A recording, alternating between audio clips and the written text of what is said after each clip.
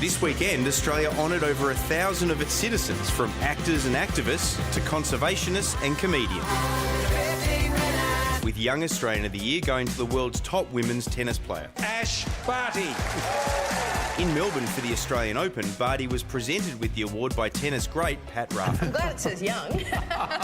Obstetrics specialist Professor John Newnham was named Senior Australian of the Year for his work on preventing births. Well, I would like to say just how surprised and very honoured I am to receive this award. But there's a backlash to one AM awarded to men's rights activist Bettina Arndt, who once described sexual abuse survivors as being sexually provocative. Bettina's work is not based on best practice and in an evidence base. Many of the people who are legitimately working in the areas of gender equality would be incredibly surprised, just like I am. Another AM recipient, Ludo McFerrin, took aim at the timing of the honours, having recently defended her community from raging bushfires. When you're faced with existential crisis for the country, things like a little award for work you've done in the past seems quite insignificant. Australian of the Year went to eye surgeon Dr. James Mukey for his work battling the causes of blindness. What a tremendous honour to be named Australian of the Year for 2020.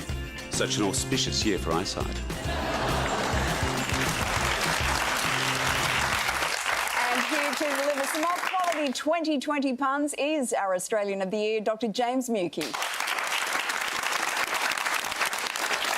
Now, Doctor, tell me first up, is it true that you were offered the Australian of the Year the last 2 years, but you were just waiting till it was 2020 so you could do your sweet eyesight gag? How did you know that? That's amazing. It's a perfect year for an eye specialist to win the award, isn't it? Absolutely. Now, Doctor, you've had a day or so for this all to sink in. How does it feel to be the Australian of the Year? Oh, it's a curious mix of excitement and terror. But no, it's actually a really special feeling, and I am incredibly honoured to have this award. And I really accept it humbly on behalf of the whole team at Sci4, who are doing such amazing things, impacting on the lives of hundreds and thousands of people every year across a number of countries, a number of very poor countries.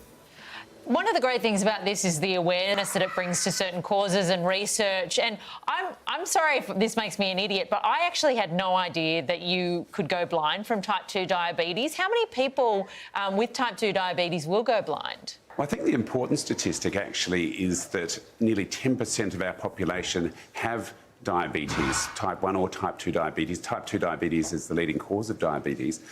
However, the really concerning issue is that over half of all of the Aussies with diabetes are not having their all-important eye checks, and that's why it's become the leading cause of blindness amongst working-age adults in this country. It's also the fastest-growing cause of blindness amongst Aboriginal people.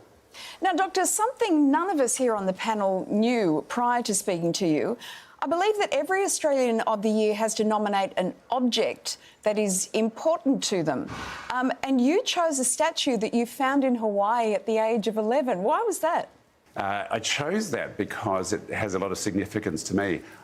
I knew that at the age of 11 I wanted to be a doctor. And when I came across this statue in a souvenir shop in Honolulu, I read the back of it. It was the god of wisdom, Hakuna. And the text on the back of the statue said that it helps children in difficult studies, particularly helps them to get through courses such as medicine. So I encouraged my mum and dad to buy it for me, and it sat over me for the next several decades, allowed me to pass my studies through high school to get into medicine, then to get through medical school and into ophthalmology training. So I have a lot of faith in Kahuna. Dr. James, your honour is thoroughly deserved. Thanks so much for your time. Thank you so much, and it's wonderful to be with you all. The doctor obviously had a much more successful trip to Hawaii than Scott Morrison, then you'd have to say. Hard to argue with that. I do love it when people like that win the award rather than a celebrity or a sports person. The same thing across all the categories, when it's a community-orientated person that's won it rather than an ex-politician or something like that. It seems a lot more meaningful. Well, and he has done, obviously, life-changing work for such a long time, but we have just heard if Ash Barty wins the Australian Open, he will have to swap the award. All right.